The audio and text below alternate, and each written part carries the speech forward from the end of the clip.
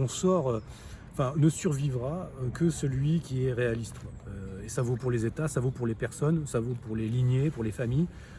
Et en fait, c'est une discipline à avoir sur soi-même. Je vois plein de gens, notamment des jeunes hommes, qui ne vont pas bien, qui sont spirituellement, psychiquement mal, parce que cette société les a mis dans une impasse et veut presque qu'ils s'automutilent spirituellement, qu'ils se détruisent. Eh bien là, il faut faire le mouvement inverse. Il faut avoir la force de dire non, mais tout ça va crever, mais moi je crèverai pas. Et mes enfants ne crèveront pas, quoi. Comme disait le nationaliste irlandais Bobby Sands, quand il était sa grève de la faim et tout, le sourire des enfants de nos enfants sera notre victoire.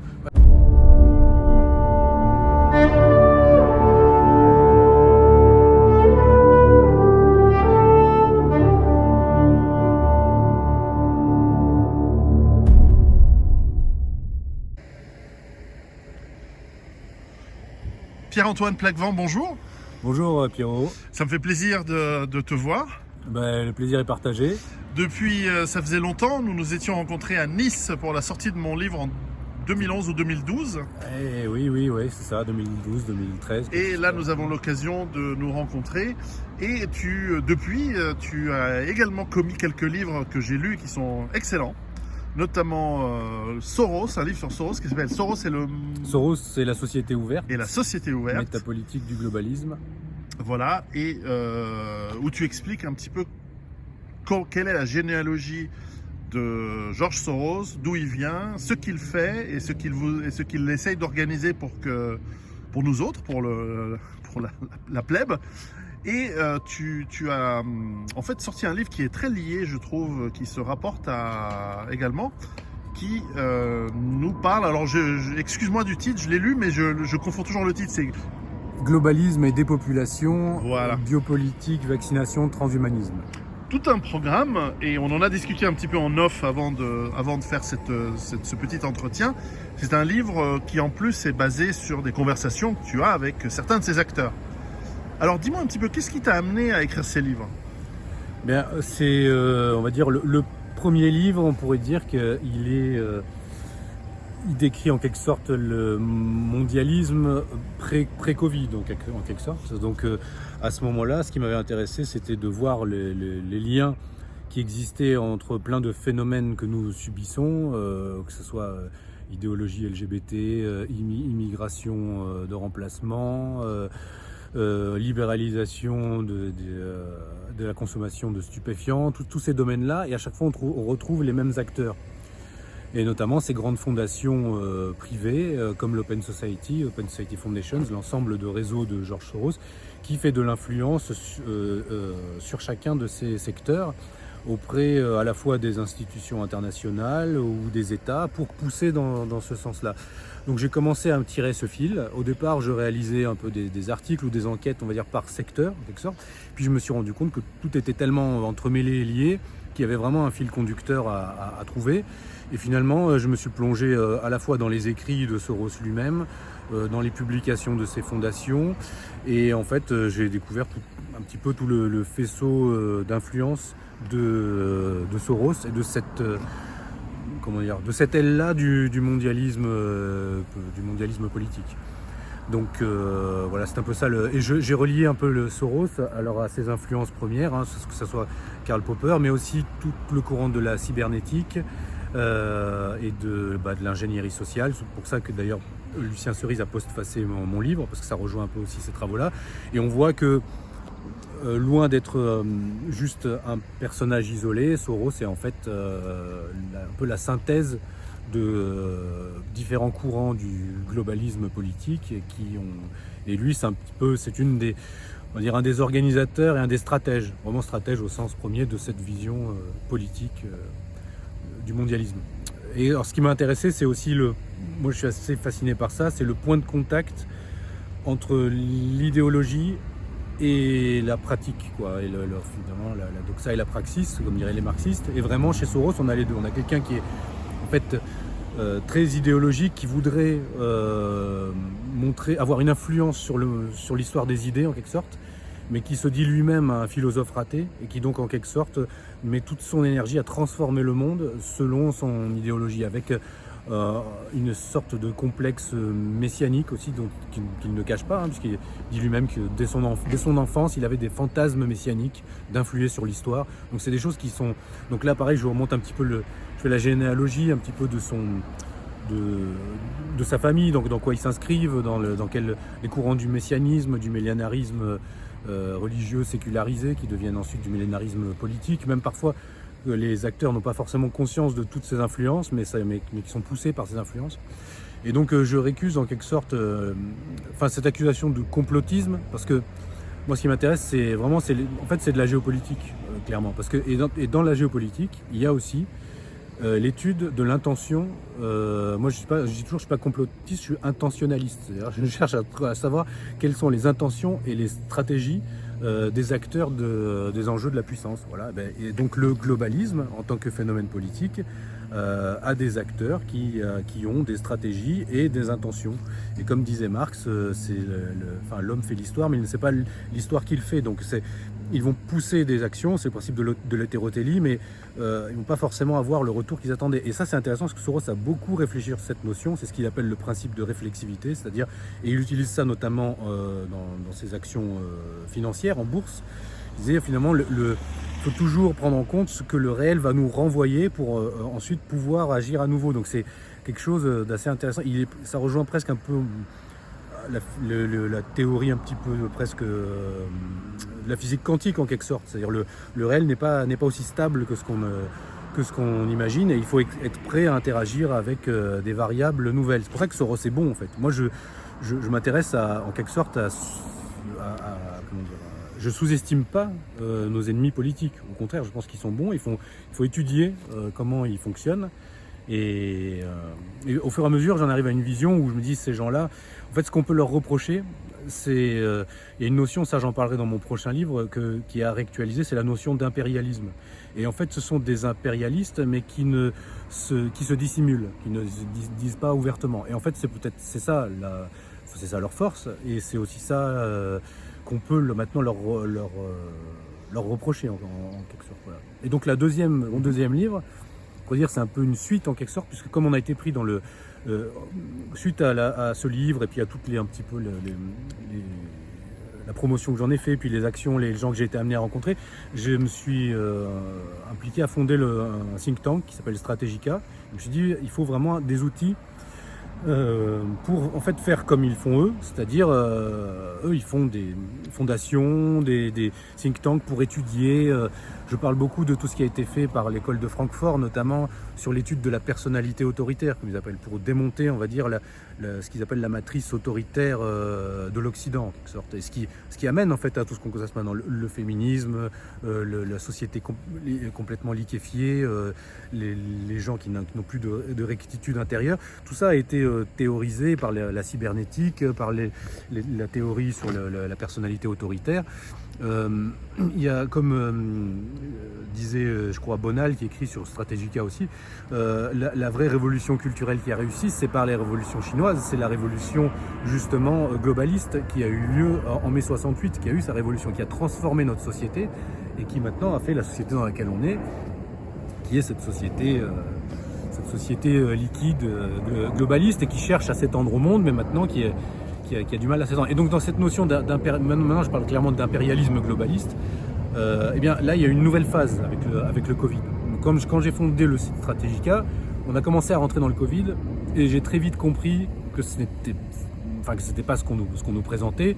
Et ça, c'est l'intérêt d'être... c'est pour ça que les gens qui se censurent par rapport au complotisme, en fait, c'est dans les stratégies, on va dire, de survivalisme, même presque à un niveau personnel, c'est dangereux. Non, il faut être ouvert à tout, y compris aux hypothèses les plus extrêmes, dans la mesure où, enfin, je veux dire, quand dans l'histoire du XXe siècle, on voit que des autorités ont pu être capables de lancer des vecteurs nucléaires sur des populations civiles, je pense qu'on peut être ouvert à toutes les hypothèses les plus paradoxales et disruptives. Donc je me suis dit, là, il y a quelque chose. Enfin, comme beaucoup de gens, j'ai senti que c'était... Et je me suis dit, ils vont faire deux choses là. Ils sont en train de matelaser la crise financière et qui allait finir par se reproduire, celle de 2008 qui ne pouvait pas être jugulée, c'est la crise de l'économie financiarisée. Et là, ils vont juguler ça en faisant ralentir l'économie mondiale et en prétextant que c'est la faute de la pandémie. Donc déjà il y avait cet aspect-là. Et puis progressivement, quand j'ai commencé à voir qu'ils parquaient les gens, ils mettaient les gens... Donc je me dis bon, il y a tout un aspect de test grandeur nature, jusqu'où on peut pousser, on va dire, la coercition, et puis un petit peu justement là aussi de l'ingénierie sociale. Et puis il y a cet aspect de vaccination obligatoire. Alors il y avait plusieurs aspects. Il y a l'aspect de faire accepter de triangulation. On vous présente un danger et puis du coup on vous fait accepter d'autres choses. Donc le contrôle social qui se renforce, le système de points sociaux version occidentalisée, voire même plus loin, quoi. Donc d'indexer l'accès à des services par le pass sanitaire, ça. Mais après il y a cet aspect vraiment d'injection. Voilà. Du moment qu'on veut vous injecter quelque chose et vous faire accepter que vous faire injecter quelque chose, c'est la voie de sortie, là, il y a quelque chose d'inédit quand même. Un palier était franchi. Et donc j'ai commencé j'ai fait le même travail que j'ai fait avec Soros, c'est-à-dire, je me suis dit, bon, quelles sont les fondations qui finalement interviennent sur les décisions sanitaires au niveau mondial. On a vu d'un seul coup que, c'est ce que tu expliquais dans ta dernière vidéo aussi, c'est des institutions, des États qui d'habitude sont complètement désorganisés, n'arrivent pas à se coordonner pour régler des problèmes. Là, au niveau mondial, tout le monde suivait les directives de l'OMS. Au début, directives un peu balbutiantes qui partaient dans différentes directions, et puis après, assez vite, on a suivi un pas de marche qui était le même dans le monde entier. Donc là, et le même dans les pays à la fois libéraux et dans les pays dits illibéraux. Même si après, les substances injectées n'étaient pas les mêmes, puisqu'on va dire là, il y a une concurrence on pourrait dire des big pharma, on pourrait dire du big pharma globaliste et puis des big pharma plus nationaux dans les États illibéraux. Et donc assez vite, je me suis dit, bon là, il y a un problème. On veut injecter quelque chose de force aux populations aussi vite. Tout le monde voyait que c'était pas normal, sans respecter les protocoles habituels de vérification sanitaire. Et donc je me suis interrogé sur qui étaient ces acteurs qui influençaient ça. Donc on tombe rapidement sur la fondation Gates, deuxième financier de l'OMS après les États-Unis, premier financier privé. On commence à regarder, donc j'ai étudié l'influence de la Chine ou de certains États au sein de l'OMS, puis l'influence de ces fondations privées. On voit qu'au niveau vraiment de la stratégie et de l'horizon stratégique, on pourrait dire, c'est vraiment ces fondations qui donnent le ton. Et donc après, on s'interroge, le même travail que j'ai fait sur Soros, sur quelle est l'idéologie, quelle est la vision du monde de gens comme Gates. Et on tombe là sur cette notion de néo-malthusianisme, c'est-à-dire cette idée que pour ces gens-là, eh bien, ça rejoint tes travaux, c'est-à-dire en fait, les ressources planétaires étant limitées, la population doit être limitée. Et on retrouve toujours cette idée que Gates est celui qui a peut-être le plus ouvertement exprimé, que pour arriver à un monde zéro carbone à l'horizon 2050, la variable principale, c'est la démographie. Et que finalement, changer juste le mode de vie des gens ne suffira pas, donc il faut vraiment réduire la démographie. Et là, on se dit, tiens, là, il y a quand même quelque chose à creuser. Et du coup, j'ai commencé à chercher tout simplement ce qui pouvait exister. Et en fait, voilà, et ce que dit Gates, c'est que il y a sa fameuse conférence où il dit par la santé reproductive, donc par tout ce qui est très, que ce soit l'avortement, mais aussi la diffusion de la contraception et autres, on peut réduire la natalité, mais aussi la vaccination, il dit. Et là, les gens, il s'est défendu en disant non, mais quand je disais la vaccination, je voulais dire on accède à plus de services, donc on fait moins d'enfants, donc c'est toujours ce même discours. Mais il a quand même dit ça. Donc je me suis dit, mais est-ce qu'il existe des recherches sur la vaccination directement liées à la stérilisation ou même à la contraception? Et en fait, oui, quand vous cherchez, vous voyez que justement, financé par l'OMS et par toutes sortes de fondations, depuis les années 60, les recherches sur les injections, j'ai du mal à appeler ça vaccination, mais bon, sur la vaccination qui serait à la fois une vaccination pour certaines maladies et aussi de la stérilisation, ou sinon même juste présentée comme de la contraception, sont des études qui sont menées depuis donc, les années 60-70, notamment par un professeur qui s'appelle le professeur Talva, qui s'est vanté régulièrement dans des médias tout à fait officiels et non conspirationnistes, comme la Repubblica par exemple, dès les années 90, qui titrait en Italie Prossimamente il vaccino anti-bébé, voilà. Donc bientôt le vaccin anti-bébé. Donc voilà, et ils expliquent ces choses-là. Et en fait, j'avais regardé dans les différents sites de publications médicales ou scientifiques, et les occurrences qu'on trouve quand on tape voilà, immunocontraception, vaccination, stérilisation, ce genre de choses, sont très nombreuses. Donc vraiment, et il y a une foultitude de documents qui existent et d'études qui ont été produites là-dessus. Qui viennent confirmer qu'en fait ces travaux... D'ailleurs le professeur Talvar à un moment donné a été assez exposé, parce que des gens, des associations ont dénoncé ces travaux, qu'il a dû finalement un petit peu... Enfin l'OMS a cessé de le subventionner directement, ils ont dû utiliser des fondations écran et tout, mais ces travaux ont continué. Et je me suis dit après, très bien, ces recherches existent maintenant, est-ce qu'il y a eu des applications concrètes? Et là on voit que par exemple en Afrique, au Kenya, il y a eu une série de procès à partir je crois des années 2014, où l'Église catholique du Kenya a dénoncé des campagnes de vaccination anti-tétanique qui dissimulaient des campagnes, là, pareil, au minimum de contraception, qui pourraient provoquer des avortements spontanés chez les femmes, voire la stérilisation. Donc, quand cette campagne anti-tétanique a été déclenchée, dans les années 2010, peut-être 2014, je crois, l'Église catholique au Kenya a un rôle très important, y compris dans la gestion de tout ce qui est sanitaire, hôpitaux et autres, s'est interrogé sur la méthodologie qui était appliquée. Notamment, ça nous rappelle quelque chose, mais les injections rapprochées et nombreuses qu'il fallait faire par rapport au protocole habituel. Et puis le fait qu'eux-mêmes aient été un peu écartés de tous ces protocoles, tous les praticiens catholiques kenyans ont été un peu écartés. Et donc ils se sont dit, là il y a quelque chose, et ils ont fait analyser des échantillons de ces vaccins antitétaniques et se sont rendus compte qu'ils contenaient des molécules, je donne le détail dans le livre, mais qui en gros peuvent provoquer des avortements spontanés, voire la stérilisation au bout de certains nombres d'injections. Donc ils se sont dit là il y a un problème, on essaye de faire quelque chose. Donc on se rend compte qu'il y a eu cette tentative-là qui est avérée en fait, et je crois un des lanceurs d'alerte a été plus tard retrouvé mystérieusement mort dans un accident, je crois. Mais ça a été avéré, il y a eu des procès, il y a eu donc on voit que ça a été par exemple des tests qui ont été faits. Alors, en Afrique, il y a beaucoup de tests qui sont faits puisqu'ils ont aussi testé en gros de faire des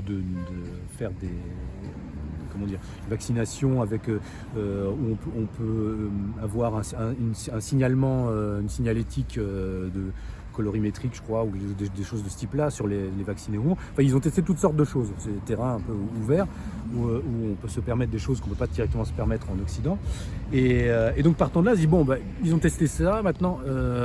Et puis donc c'est le principe d'une enquête, c'est qu'on a des faisceaux d'indices, on a les déclarations de ces gens-là, et donc après je suis arrivé à cette je suis commencé à me dire on va regarder qui parle de cette dépopulation.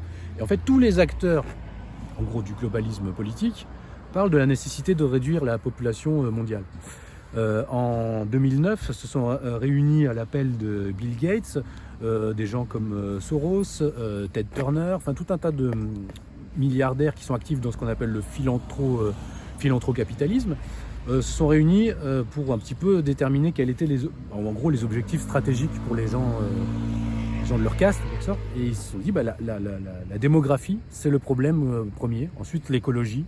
Et on voit c'est tout le discours qu'on a constamment maintenant dans les médias, qui nous est martelé constamment.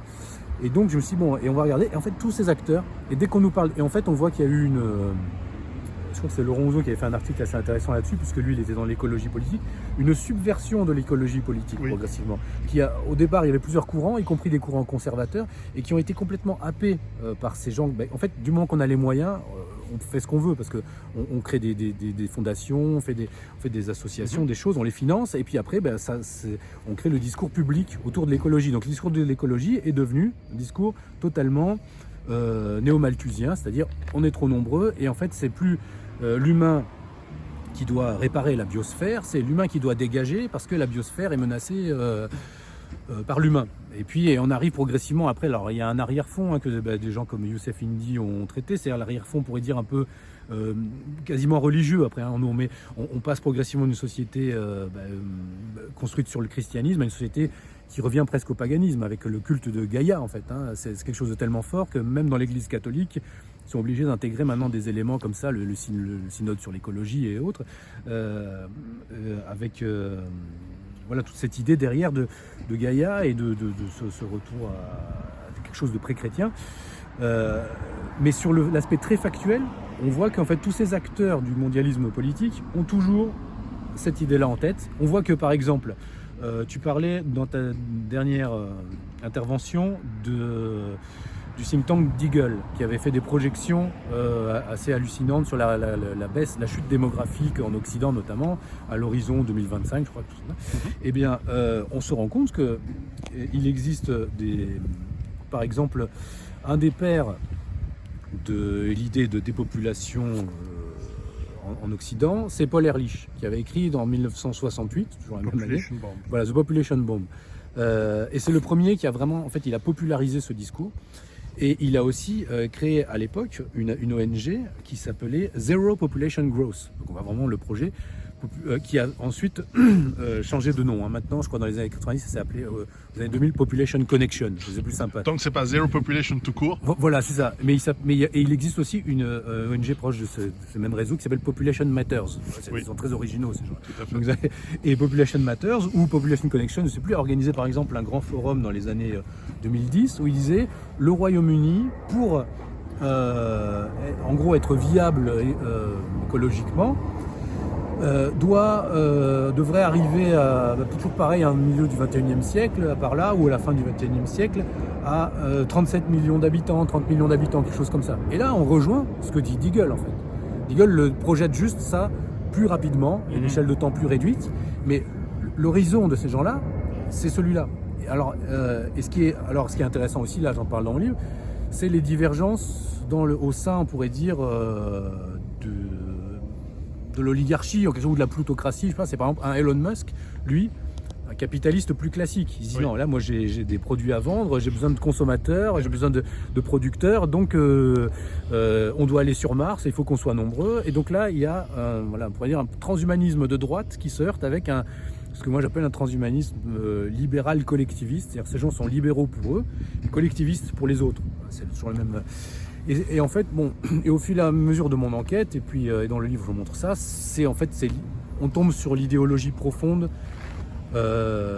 anglo-américaine et principalement de la City, en fait, qui pilote en quelque sorte le mondialisme occidentalo-centré, ce que maintenant les politiciens russes appellent l'Occident politique. L'Occident politique, il y a une hiérarchie dans l'Occident politique. C'est pas les Portugais ou les Italiens qui commandent. C'est les Anglo-Américains eux-mêmes commandés par la City et eux-mêmes commandés par un réseau finalement assez resserré d'oligarques qui ont progressivement créé un monopole en fait. Oui. Ça rejoint. Là, j'en parlerai dans mon prochain livre, mais c'est ce que décrivait Lénine dans son livre sur l'impérialisme au début du XXe siècle, impérialisme stade suprême du capitalisme. Moi je ne suis pas marxiste dans la solution, mais dans les analyses c'est intéressant.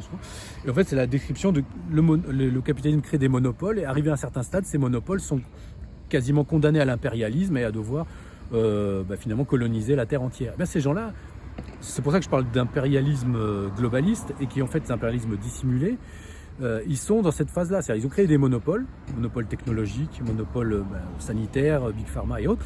Et au bout d'un moment, il faut étendre ce champ d'action parce que le marché est illimité, les marchés nationaux sont illimités. Il faut que ça s'étende au monde. Et là, on rentre en concurrence avec les autres, et puis les autres, on les corrompt, on les soumet. Et progressivement, on étend sa toile d'araignée au monde entier. C'est pour ça et ces gens-là, donc ça rejoint mon premier livre sur le messianisme, cette espèce de fantasme millénariste qu'ont ces gens-là, de vouloir vraiment modifier profondément l'humanité. Et ce qui est intéressant, c'est qu'on voit que par exemple des gens comme Aldous Huxley, qui nous ont bien montré le projet finalisé, en fait c'est quoi le meilleur des mondes ? Le meilleur des mondes, c'est le projet globaliste finalisé, c'est-à-dire un monde unifié, où il n'y a plus d'État-nation, où il y a des grandes régions monde, et puis l'humanité est gérée par castes, et des castes génétiques, c'est-à-dire un nouvel ordre. Et c'est vraiment ça, y a souvent cette notion de nouvel ordre mondial, mais c'est nouvel ordre au sens nouvel ordre des choses, hein, presque. Hein. Et donc les ordres naturels sont changés, subvertis. La révolution n'est qu'une étape pour recréer un nouvel ordre qui serait, selon eux, plus juste, c'est-à-dire plus juste par rapport à, on pourrait dire, la hiérarchie génétique. Et en fait, là, on tombe sur la racine un petit peu eugéniste du mondialisme anglo-saxon. Ces gens-là ont toujours été eugénistes. C'est vrai. Et je montre les différences, par exemple, entre le... Et en fait, ces gens-là ont réussi à organiser, en quelque sorte, le procès mondial de l'eugénisme allemand, en fait, de l'eugénisme national-socialiste, mais ils ont gardé l'eugénisme de caste.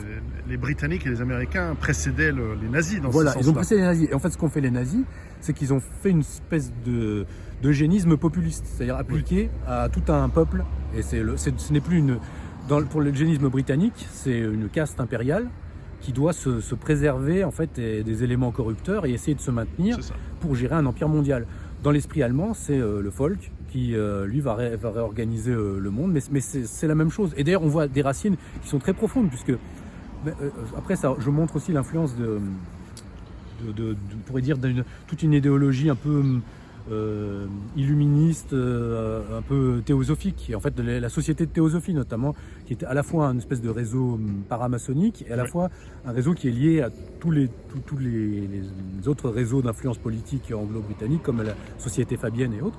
Eh bien, on voit que par exemple à l'origine du nazisme, il y a non pas la théosophie mais l'ariosophie, qui est une branche séparée de la théosophie et qui va en fait racialiser les théories d'Elena Blavatsky et qui va en faire voilà, sur le mythe arien, ces choses-là, et qui va l'appliquer à un peuple précis. Et si on voit la métaphysique, hein, en quelque sorte, du national-socialisme, ça va loin, parce que on est les descendants de l'Atlantide, enfin ça part dans des choses qui sont, on n'est plus dans le rationnel. Mais comme chez les mondialistes en quelque sorte, si on creuse bien, il y a toujours cette idée, il y a des idées assez irrationalistes. Et en fait, maintenant, ces idées irrationalistes sont même exprimées publiquement au forum de Davos par des gens comme Yuval Harari, qui nous explique que, lui, il explique clairement. Et moi, j'aime bien cette approche, parce qu'il dit les élites, par la révolution, la quatrième révolution industrielle, comme l'appelle Klaus Schwab, vont se doter d'attributs qui sont quasiment ceux de la divinité par rapport aux autres humains.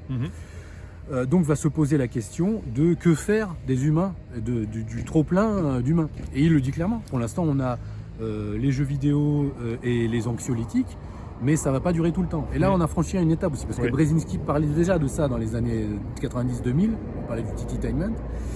Mais là, on a franchi une étape. Ils disent, bon, maintenant, c'est bien gentil tous les prolétaires, mais le pain et les jeux, là, on en a plus pour éternellement. Donc, pour moi, logiquement, surtout après la phase parce qu'on parle de gilet jaunisation de ces prolétariats mondial. Parce que quand tu veux faire tenir une économie qui est juste sur 20% de gens qui travaillent, tu fais quoi des 80 autres? C'est ça. Tu les entretiens dans l'espèce de truc, mais au bout d'un moment, il faut aussi réduire le stock de population. C'est ça. Et en démocratie, tu peux pas le faire s'il n'y a pas de guerre, s'il n'y a pas autre. Alors, je veux dire, maintenant, il commence à y avoir la guerre en Ukraine, mais malheureusement, ça touche ces populations slaves et les populations les plus dynamiques d'Europe, bizarrement. Enfin, c'est comme si vraiment, je veux dire, mais là, bon, c'est un autre volet, on en parlera peut-être après, mais donc voilà, en gros, et je pense que les deux livres se complètent bien parce que le deuxième livre, on voit que en fait, les globalistes sont maintenant rentrés dans le dur. C'est-à-dire là, on est dans la provocation de... Je pense qu'en fait, ce qui s'est passé avec mon hypothèse qui est